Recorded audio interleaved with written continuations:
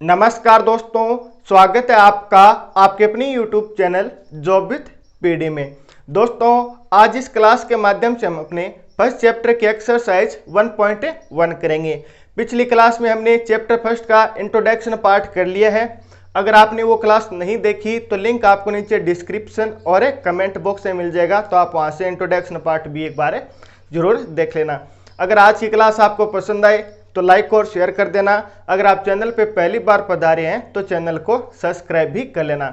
इसके अलावा दोस्तों, साइंस की क्लास भी हम जल्दी स्टार्ट कर देंगे, तो आप चैनल को सब्सक्राइब है वो जरूर कर लेना। तो चलिए शुरू करते हैं आज की अपनी क्लास। क्वेश्चन फर्स्ट इस प्रकार दिया गया है, निम्नलिखित संख्याओं का HCF ज्ञात करने के लिए यूक्लिड विभाजन एल्गोरिथम का प्रयोग हमें करना है, और इसके अंदर हमें 3 क्वेश्चन दिए गए हैं। तो दोस्तों, यूक्लिड विभाजन एल्गोरिथम क्या होता है, इंट्रोडक्शन पार्ट में मैंने आपको बता दिया। एक बार मैं आपको और बता देता हूं। जो यूक्लिड विभाजन प्रमेय है ना, उसका प्रयोग हम बार बार किसी क्वेश्चन को सोल्व करने के लिए एक साथ करते हैं ना, तो क्या कहलाता है आपका यूक्लिड विभाजन एल्गोरिथम। ठीक है, तो आपका क्वेश्चन फर्स्ट दिया गया है 135 है और 225 है। इन दोनों का हमें क्या करना है, HCF यानी हाईएस्ट कॉमन फैक्टर निकालना है। तो इसके लिए हम क्या करेंगे, देखेंगे कि इन दोनों में से बड़ी संख्या कौन सी है। तो देखने से पता चल जाएगा कि 225 है ना, वो बड़ी है किससे, 135 से। तो यानी हमें क्या करेंगे, बड़ी संख्या के अंदर छोटी संख्या का भाग दे देंगे। ये काम है ना आपको रूप में करना है। ठीक है, 225 के अंदर हमें भाग किसका देना है, 135 का। तो भाग कितनी बार जाएगा, एक बार जाएगा। ये कितना आ गया आपका, 135। ठीक है, 225 में से 135 घटाएंगे तो शेषफल कितना रहा, 90। तो दोस्तों, इस विधि के अंदर हम क्या करते हैं कि जहां तक अपना भाग चला जाए, जैसे यहां तक, यहां पर भाग कितनी बार गए, एक बार गए 135। अब शेष कितना रह गया, 90।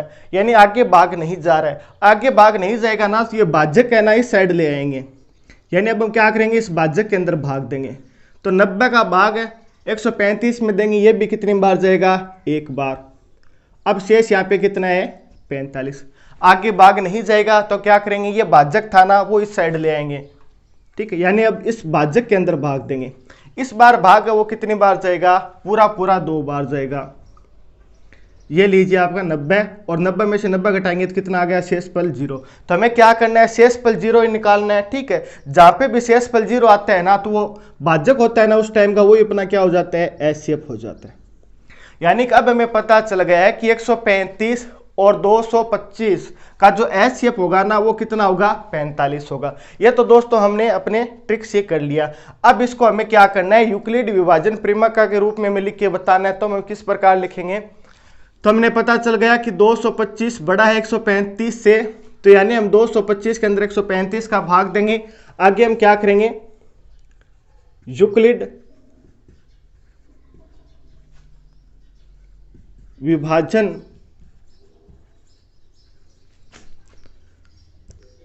एल्गोरिथम से,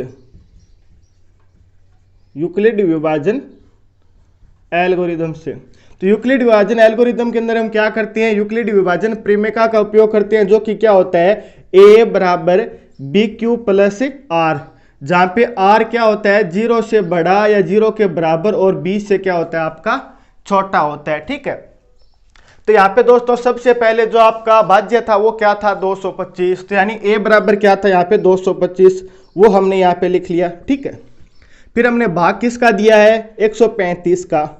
कितनी बार भाग गए, यानी भागफल क्या है आपका, 1 है, प्लस R, शेषफल कितना बचा था दोस्तों, 90 बचा था। क्या 90 0 के बराबर है, क्या नहीं है। अगर 90 0 के, ये मतलब शेषफल 0 नहीं मिला है, तो हमें क्या हुआ कि भाग आगे और गया है। ठीक है, फिर क्या था आपका भाज्य, क्या था 135। ठीक, भाग किसका दिया हमने, 90 का। कितनी बार भाग गया है, एक बार। क्या अब शेषफल 0 मिला था, क्या हमें नहीं मिला था। शेषफल अपना कितना था, 45। शेषफल यहाँ पे 0 के बराबर नहीं है ना, तो यानी भाग आगे और गया है। तो इस बार जो अपना भाज्य था वो कितना है, 90। भाग हमने किसका दिया, यानी भाज्य कितना है, 45। भाग कितनी बार गया दोस्तों, भाग गया है 2 बार। अब शेषफल कितना मिला, 0 मिला। जहां पे भी शेषफल 0 के बराबर हो जाता है ना, तो जो भाजक था उस टाइम वो भी अपना क्या हो जाता है, HCF हो जाता है। यानी कि 225 और 135 का जो HCF है वो कितना हो जाएगा, 45 हो जाएगा। तो हम लिख सकते हैं अतः 135 व 225 का HCF 45 होगा।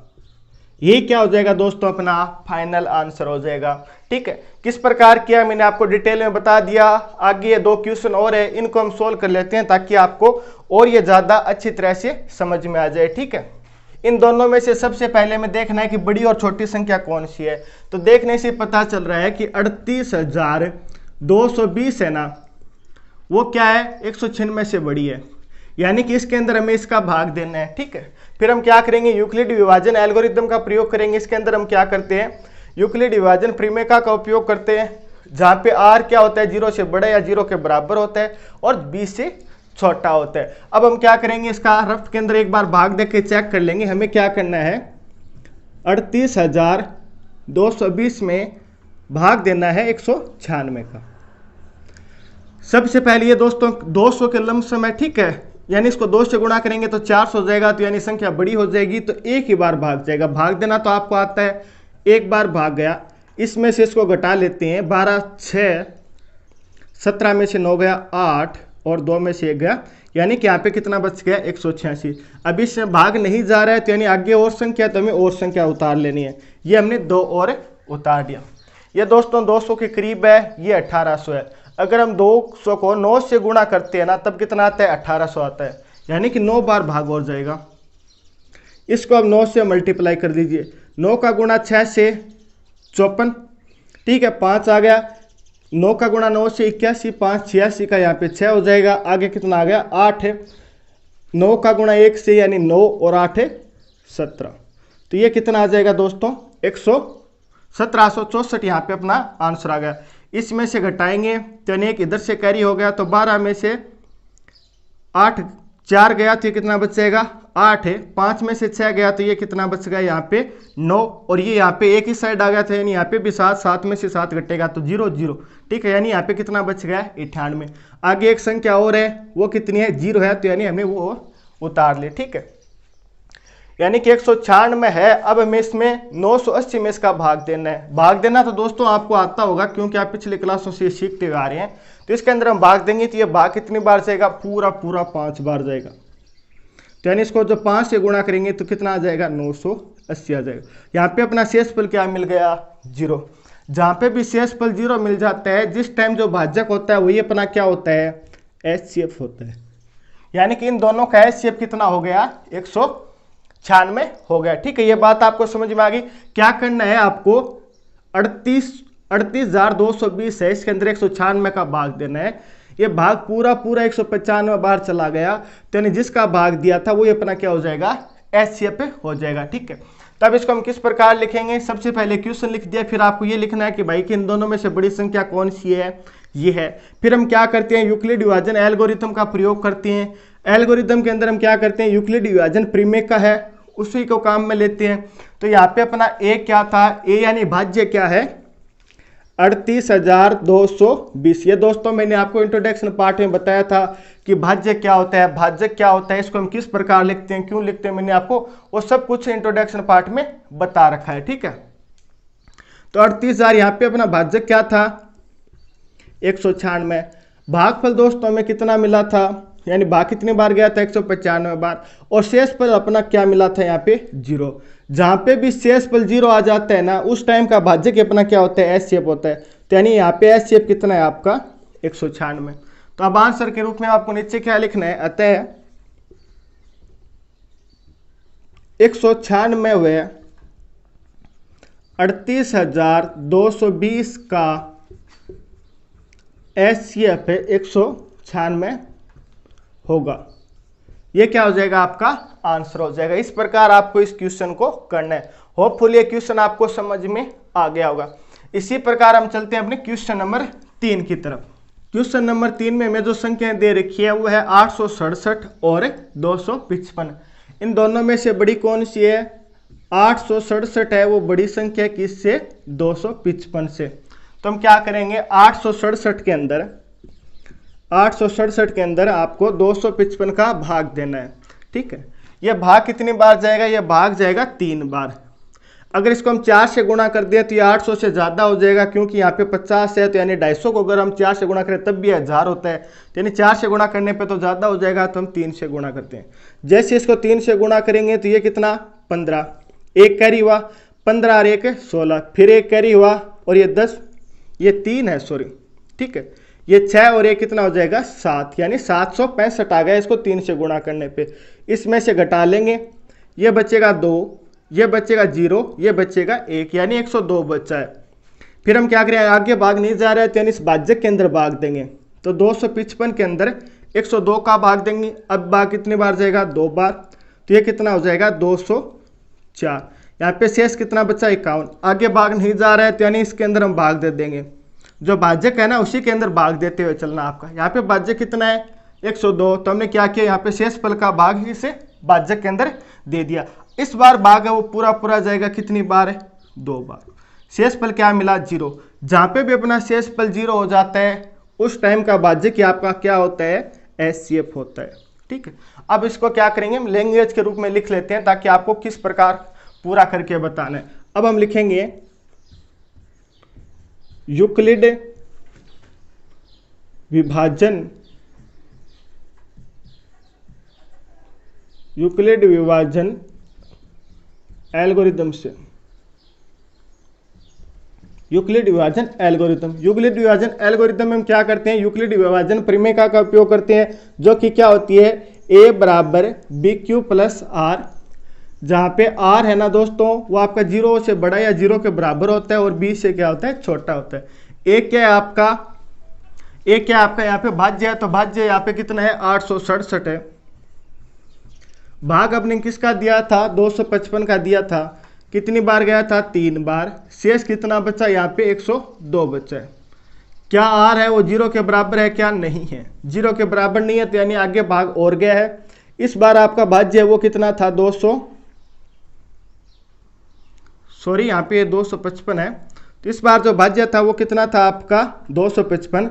भाग हमने किसका दिया था 102 का, कितनी बार गया भाग 2 बार गया। शेष यहाँ पे कितना बचा 51। क्या 51 0 के बराबर है क्या, नहीं, तो यानी भाग और गया। आगे भाज्य कितना था 102, भाग किसका दिया 51 का, कितनी बार गया 2 बार। शेष कितना बचा 0, यानी कि R जो शेष फल वो क्या आ गया अपना 0। जहाँ पे भी R 0 आ जाता है वही अपना क्या होता है, जो भाज्यक होता है ना वही अपना क्या होता है HCF होता है। यानी कि 867 और 255 का जो HCF होगा ना वो कितना हो जाएगा 51 हो जाएगा। तो आपको लिख देना है अतः 867 व 255 का HCF यानी हाईएस्ट कॉमन फैक्टर 51 होगा। ये क्या हो जाएगा दोस्तों, अपना पूरा आंसर हो गया। ये क्या हो गया आपका क्वेश्चन नंबर 3। आपको इस प्रकार इसको लिखना है। फर्स्ट क्वेश्चन हो गया, आपको होपफुली ये समझ में आया होगा। अगर कुछ भी नहीं समझ में आया तो आप नीचे कमेंट है वो जरूर कर देना। चलिए बढ़ते हैं सेकंड क्वेश्चन की तरफ। सेकंड क्वेश्चन है, दर्शाइए कि कोई भी धनात्मक विषम पूर्णांक है वो 6q+1 या 6q+3 या 6q+5 के रूप का होता है, जहां q कोई क्या है पूर्णांक है। ये हमें बताना है। तो इस क्वेश्चन के लिए हम क्या करेंगे, सबसे पहले धनात्मक विषम पूर्णांक की बात हो रही है तो हम क्या कर लेंगे, कोई धनात्मक विषम पूर्णांक मान लेंगे। हमने क्या किया है, माना a कोई धनात्मक विषम पूर्णांक है। हमने कुछ नहीं किया, क्वेश्चन के अंदर एक धनात्मक विषम पूर्णांक की बात की जा रही है तो हमने अपनी इच्छा से मान लिया कि वो धनात्मक विषम पूर्णांक वो क्या है a है। ठीक, हमने ये किया। क्वेश्चन के अंदर हमें दिया गया वो किस रूप का होगा, 6q+a 6q+3 6q+5 के रूप का होगा। दोस्तों आप यूक्लिड विभाजन प्रमेय से जानते हैं कि a बराबर क्या होता है bq+r होता है। तो यानी कि यहाँ पे ये क्या है r है, यानी शेष फल है 1 3 5, q की जगह q है। ठीक है, b क्या होता है आपका भाजक होता है, b भाजक है तो यानी यहाँ पे कितना है 6 है 6 है 6, यानी भाजक क्या हो जाएगा 6 हो जाएगा। ये हमें क्वेश्चन के अंदर दिया गया है, b बराबर क्या है आपका 6। दोस्तों हम जानते हैं कि भाजक है ना इससे छोटा ही होता है, क्या होता है, जो आपका शेषफल r होता है। यानी अगर भाजक 6 है ना तो शेषफल 5 तक हो सकता है, शेषफल कभी भी 6 नहीं होगा। यानी कि जो आपके संभावित शेषफल यानी r के मान है वो क्या हो जाएंगे, 0 हो सकता है, 1 हो सकता है, 2, 3, 4, 5। ठीक है, अगर भाजक 6 है ना इससे जो सारे कम है ना 0 से लेकर इस तक के, ठीक है, वो क्या हो सकते हैं, आपके शेषफल हो सकते हैं। तो हमने मान लिया कि जो r के संभावित मान है वो 0, 1, 2, 3, 4, 5 से हो सकते हैं। ठीक है, यहां तक दोस्तों हमने क्वेश्चन में दिया गया है, b यहां से हमने 6 निकाला है, r का मान यहाँ पे 0, 1, 2, 3, 4, 5 से ये हो सकता है आपका। अब हमें क्या करना है कि ये बताना है कि 6q जो a है ना वो धनात्मक विषम पूर्णांक है, वो इनका रूप का हो सकता है। ठीक है, तो अब हम क्या करेंगे, यूक्लिड विभाजन एल्गोरिथम का प्रयोग करेंगे। तो यूक्लिड विभाजन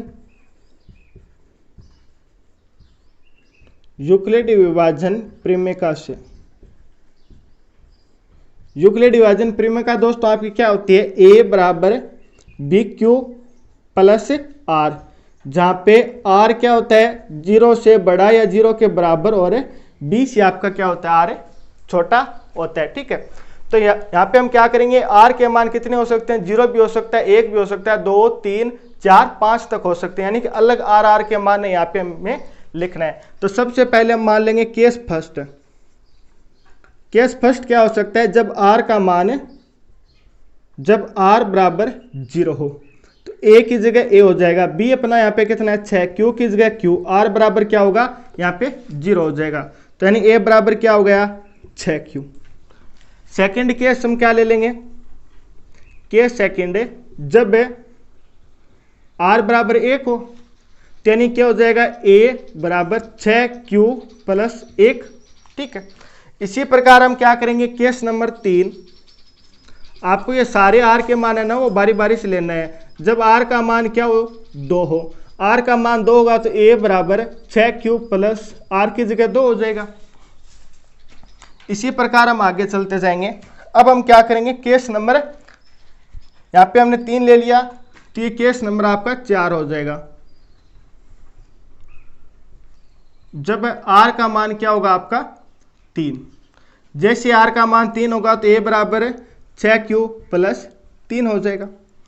केस नंबर यहाँ पे 5 हो जाएगा। जब r बराबर क्या हो 4 हो तो a बराबर क्या हो जाएगा 6q प्लस 4। हमने दोस्तों कुछ नहीं किया है, ये यूक्लिड विभाजन प्रमेय का है। इसके अंदर हम क्या करें, a का मान हमें b का दिया गया और r का दिया गया। r के मान ये है तो हम बारी बारी से ये लिख रहे हैं, b का मान 6 है तो हमने 6 लिख दिया। ठीक है, अब आपका लास्ट केस क्या है, जब r का मान क्या हो सकता है 5 हो सकता है, तो a बराबर 6q प्लस 5। ठीक है, मान लेते हैं दोस्तों ये आपकी समीकरण 1 है, ये समीकरण 2 है, ये 3 है और ये आपकी समीकरण 4 हो गई। ये समीकरण क्या है 5 है और ये क्या हो गया आपकी समीकरण 6 हो गई। समीकरण 1 के अंदर हमें क्या मिला है, a बराबर 6q मिला है। तो यानी q का गुणा किससे हो रहा है, 6 से हो रहा है। तो हम जानते हैं कि सम संख्या का गुणा किसी भी संख्या से करते हैं तो क्या आता है, सम आता है। 6 क्या है आपकी एक सम संख्या है। अगर हम 6 का गुणा 1 से करते हैं तो भी एक सम संख्या 6 आएगी। अगर 6 का गुणा 2 से करते हैं तब भी एक सम संख्या 12 आएगी। यानी 6 का गुणा किसी से भी करें आप तब हमें क्या मिलेगा, सम संख्या मिलेगी। तो यानी कि ये मान है ना वो क्या है आपका एक सम है। ठीक है, सेकंड दोस्तों आप जान गए कि 6q प्लस ये 6q है वो तो क्या एक सम संख्या है। सम संख्या के अंदर आप एक विषम संख्या जोड़ेंगे तो मान क्या आएगा आपका, विषम आएगा। तो यानी कि ये मान है वो क्या हो जाएगा, विषम हो जाएगा। ठीक है, 6q प्लस 2, यानी कि अगर आप सम संख्या के अंदर सम संख्या जोड़ेंगे तब मान क्या आएगा, सम ही आएगा। ठीक है, अगर आप सम संख्या के अंदर विषम संख्या जोड़ेंगे तब आपको क्या मिलेगा, विषम ही मिलेगा। ठीक है, तो यह मान आपका क्या हो जाएगा, विषम हो जाएगा। 6q प्लस 4, सम संख्या के अंदर सम संख्या जोड़ेंगे तो मान हमें क्या मिलेगा, सम मिलेगा। और सम संख्या के अंदर अगर आप विषम संख्या जोड़ेंगे तो हमें मान क्या मिलेगा, विषम मिलेगा। ठीक है, यानी दोस्तों जो इक्वेशन आपकी फर्स्ट है, ठीक है, इसी प्रकार ये आपकी 3 है और ये 5 है, इनमें तो हमें मान क्या मिल रहा है, सम मिल रहा है। लेकिन 6q प्लस 1 क्या है, विषम है। 6q+3 भी क्या है, विषम है, और 6q+5 भी क्या है, विषम है। यही तो हमसे पूछा गया था कि दर्शाइए कोई भी जो ए धनात्मक विषम पूर्णांक है ना वो किन के रूप का होता है, 6q+1, 6q+3 और 6q+5 के रूप का होता है। तो समीकरण 2 फिर आपकी 4 व 6 से स्पष्ट हो गया ना दोस्तों कि कोई भी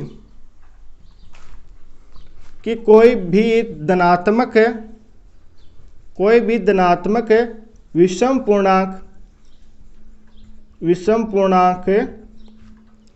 6q+1, 6q+3 और 6q+5 के रूप का होता है। ये तो दोस्तों हमसे पूछा गया था कि हमें दर्शाना था कि कोई धनात्मक विषम पूर्णांक है वो 6q+1, 6q+3 और 6q+5 के रूप का होता है। वही हमने यहाँ पे बता दिया कि धनात्मक पूर्णांक है वो इनके रूप का होता है। ठीक है, आगे दोस्तों इससे संबंधित और भी क्वेश्चन है वो हम और सोल्व करेंगे तो आपको और अच्छे से समझ में आ जाएगा। तो चलिए बढ़ते हैं नेक्स्ट क्वेश्चन की तरफ। क्वेश्चन नंबर 3 है, किसी परेड में 616 सदस्य वाली एक सेना यानी आर्मी की टुकड़ी है, इनको 32 सदस्य वाले एक आर्मी बैंड के पीछे मार्च करवाना है।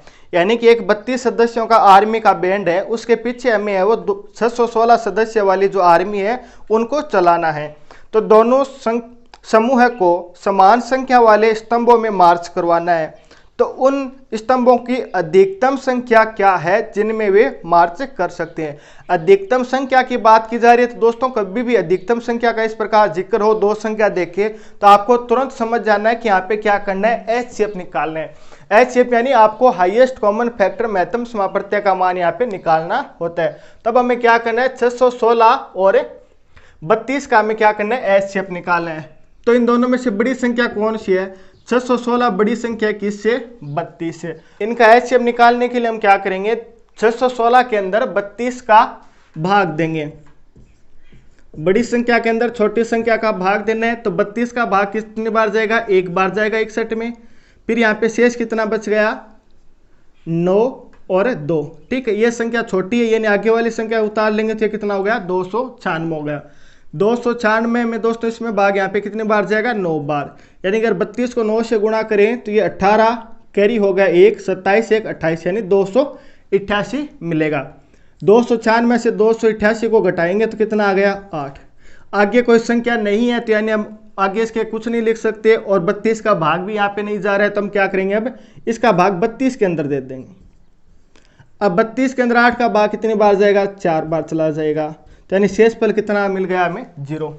जहाँ पे भी आपका शेषफल 0 आ जाता है वही आपका क्या होता है, HCF यानी महत्तम समापत्य हाईएस्ट कॉमन फैक्टर हो गया। तो यानी यहाँ पे HCF कितना आ गया, 8 आ गया। ये हमें पता चल गया कि HCF तो कितना आएगा, 8 आएगा। तो इसको हम किस प्रकार लिखेंगे, यूक्लिड विभाजन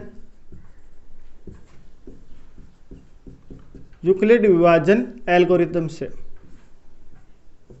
और यूक्लिड विभाजन एल्गोरिथम के अंदर हम क्या करते हैं, यूक्लिड विभाजन परिमेय का उपयोग करते हैं, जो कि क्या होता है, ये मैंने आपको बार बार एकदम रटा रखा है, ठीक है ना।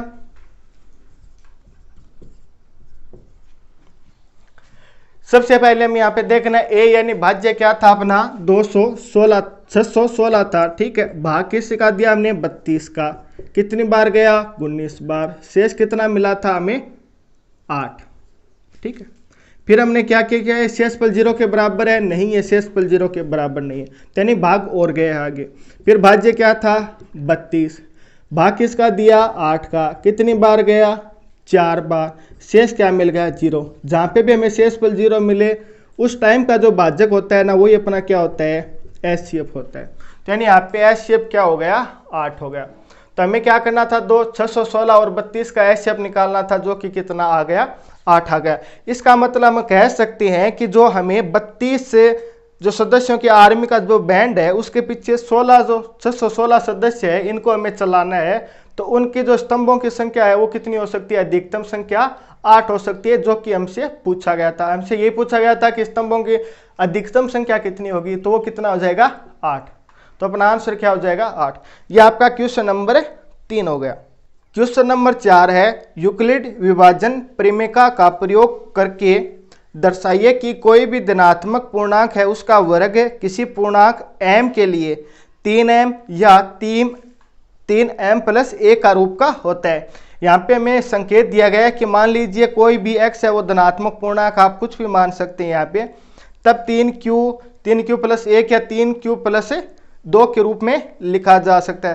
प्रत्येक का हमें वर्ग करना है और दर्शाना है कि जो वर्ग है वो 3m या 3m प्लस 1 के रूप में लिखा जा सकता है। ठीक है, तो दोस्तों यूक्लिड विभाजन परिमेय का हम जानते हैं क्या होता है, a बराबर bq प्लस r। ठीक है, यहाँ पे हमें क्या दिया गया है, 3m प्लस 1, 3m प्लस 1 दिया गया है और 3m दिया गया है।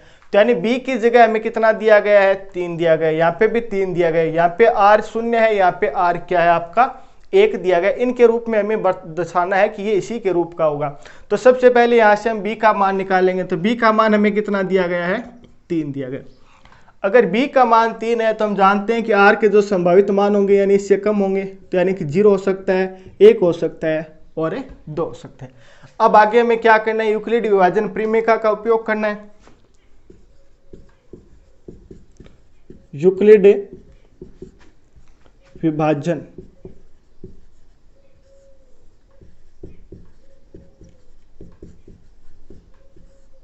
परिमेय से, जो कि क्या होता है, a बराबर बी क्यू प्लस r, जहाँ पे ये आपका r है वो 0 से बड़ा होता है और b से छोटा होता है। अब r के मान हमें क्या दिया गया, 1 0 दिया गया, 1 2 1 और 1 दिया गया। ठीक है, 3 मान दिए गए। तो बारी बारी से हम क्या करेंगे, तीनों मान रख लेंगे।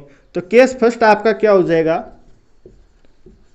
जब r बराबर 0 हो, तो यानी a बराबर b का मान कितना है दोस्तों, 3 है, q और r का मान आपका क्या हो जाएगा, यहाँ पे 0 हो जाएगा। तो हमने 0 लिख दिया। तो a बराबर आपका मान क्या हो जाएगा, 3q हो जाएगा। अब हमें क्या बोला गया, हमें इसका वर्ग भी करना है। ठीक है, इसका वर्ग करेंगे तो यानी दोनों तरफ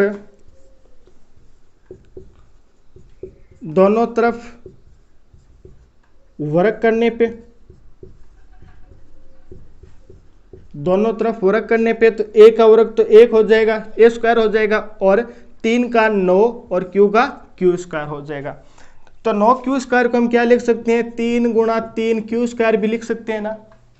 अब हम क्या करेंगे, 3q स्क्वायर को हम क्या कर लेंगे, m मान लेंगे। ठीक है, माना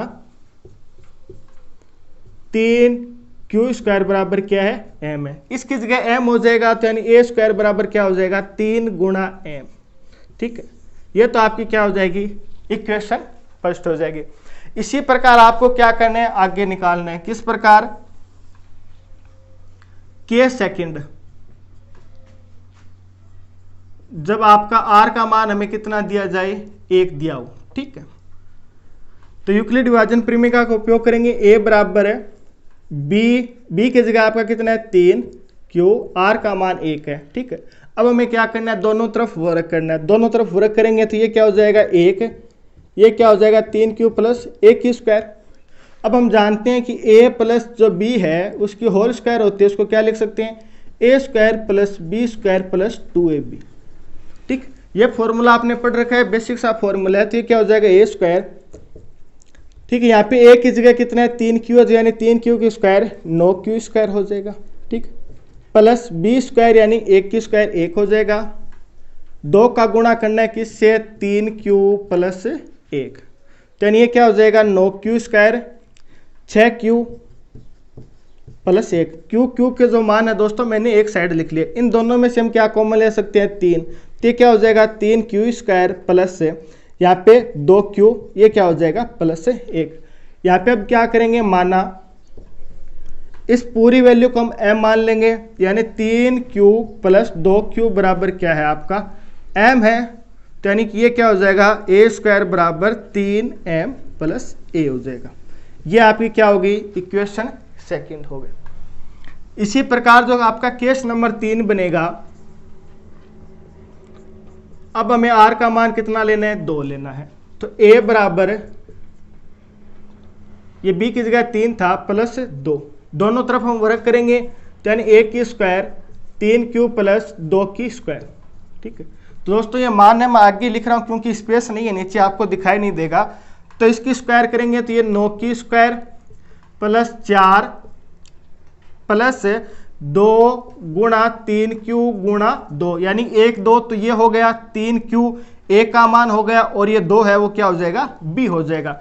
इन दोनों को हम क्या करेंगे 9q प्लस, ठीक है, इनका मान रखेंगे तो ये कितना हो जाएगा 12q और ये क्या आपका प्लस का 4 है। प्लस के 4 के मान को हम क्या लिख सकते हैं 3 प्लस 1 भी लिख सकते हैं ना, तो ये हमने 3 प्लस a लिख दिया। इनमें से हम क्या करेंगे 3q को कॉमन ले लेंगे, तो यानी यहाँ से हम 3q कॉमन लेंगे तो a स्क्वायर बराबर 3 हमने बाहर ले लिया, तो यानी ये क्या बचेगा 3q square plus 4q plus 1 plus 1। इस पूरे मान को हम क्या मान लेंगे m मान लेंगे, ठीक है। माना कि 3q प्लस 4q प्लस 1 क्या है m के बराबर है, तो a स्क्वायर आपका कितना आ जाएगा 3m प्लस 1।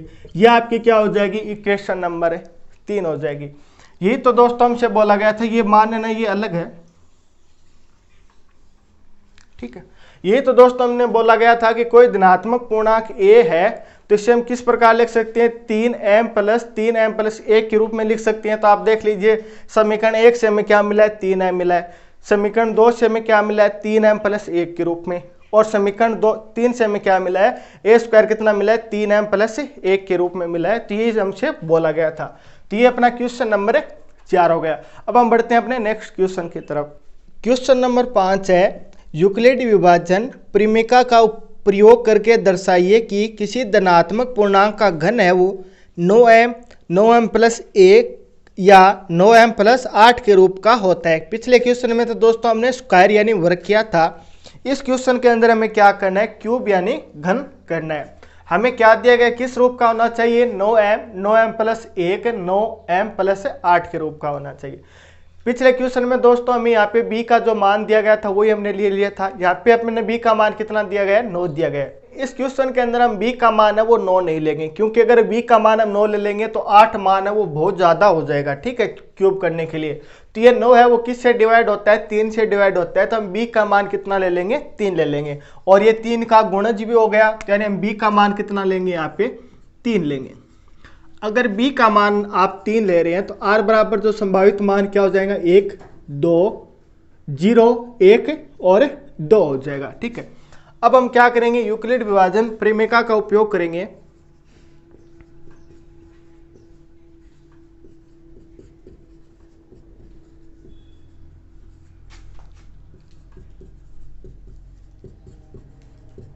यूक्लिड विभाजन परिमेका से, ठीक।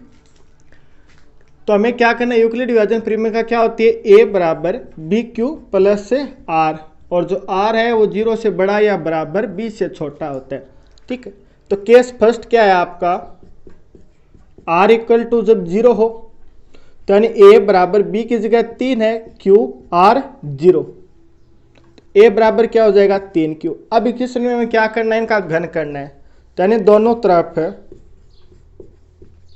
तरफ घन करने पे घन यानी हमें क्या करना है क्यूब करना है। तो a की क्यूब a हो जाएगी और 3 की क्यूब क्या हो जाएगा 27, यानी 3 का गुणा 3 से करेंगे 3 बार करेंगे तो 27 q की क्यूब, ठीक है। अब इसको हमें किस रूप में लिखना है 9m के रूप में लिखना है, तो यानी कि यहाँ से हम 9 है वो कॉमन ले लेंगे तो अंदर कितना बचेगा 3 q की क्यूब बच गया। अब हम मान लेंगे 3 q की जो क्यूब है इसको हम क्या मान लेते हैं m मान लेते हैं। माना 3 q की जो क्यूब है बराबर क्या हो जाएगा आपका m हो जाएगा, तो यानी a क्यूब बराबर जो मान आ जाएगा वो कितना आ जाएगा 9m। ये आपकी क्या हो जाएगी समीकरण फर्स्ट या इक्वेशन फर्स्ट आप इसको बोल सकते हैं। फिर बात करते हैं हम सेकंड केस की। सेकंड केस में r का मान कितना लेना है 1 लेना है। तो यूक्लिड विभाजन परिमेका से a बराबर 3 क्यूब प्लस 1, दोनों तरफ हम क्यूब करेंगे तो यानी इसकी क्यूब a क्यूब और 3 क्यूब प्लस 1 की क्यूब। अब ये यहाँ पे किसका फॉर्मूला लागू होगा a प्लस बी की क्यूब या x प्लस वाई की क्यूब। इसका फॉर्मूला क्या होता है a प्लस बी की क्यूब को हम क्या लिख सकते हैं 3 की क्यूब a की क्यूब प्लस b की cube plus 3ab plus 3ab square, ठीक है। चलिए मान रख लेते हैं। सबसे पहले हमें क्या करना है a की क्यूब, a कितना है 3q, तो ये क्या हो जाएगा 27q की क्यूब, ठीक है। फिर a की क्यूब a की होती है 3 गुणा ए की स्क्वायर यानी 9q² गुणा b है। प्लस का सिंबल हमने प्लस लगा दिया 3, फिर क्या ए की जगह कितना है 3q और b की स्क्वायर करनी है जो कि क्या हो जाएगी a की हो जाएगी। तो ये मान कितना बचेगा 27q की क्यूब, ठीक है, प्लस 1 ये कितना हो जाएगा 27, ये क्या है 27q² प्लस 3 का गुणा 3 से करेंगे तो 9, ये हो जाएगा आपका 9q। ठीक, अब हम क्या करेंगे, इसमें से क्या कॉमन ले कि ये मान है वो अपना 9m + 1 के रूप में बचेगा। तो यानी इसको हम और किस प्रकार लिख सकते हैं, मैं साइड में यहाँ पे लिख रहा हूँ ताकि क्वेश्चन आपको दिख जाए। इस वैल्यू को हम इस प्रकार भी लिख सकते हैं 27 ये किसके बराबर है 1 क्यूब के बराबर है। 27 q की क्यूब प्लस 27 q² है प्लस 9q प्लस 1 है। ठीक है, इनमें सब में से हम क्या कर लेंगे 9 को बाहर ले लेंगे, तो 9 को बाहर लेंगे तो ये क्या हो जाएगा 3q की cube plus 3q² plus q और इस साइड आपका मान क्या है 1 है। ठीक है, अब इन सबको हम क्या मान लेंगे m मान लेंगे। माना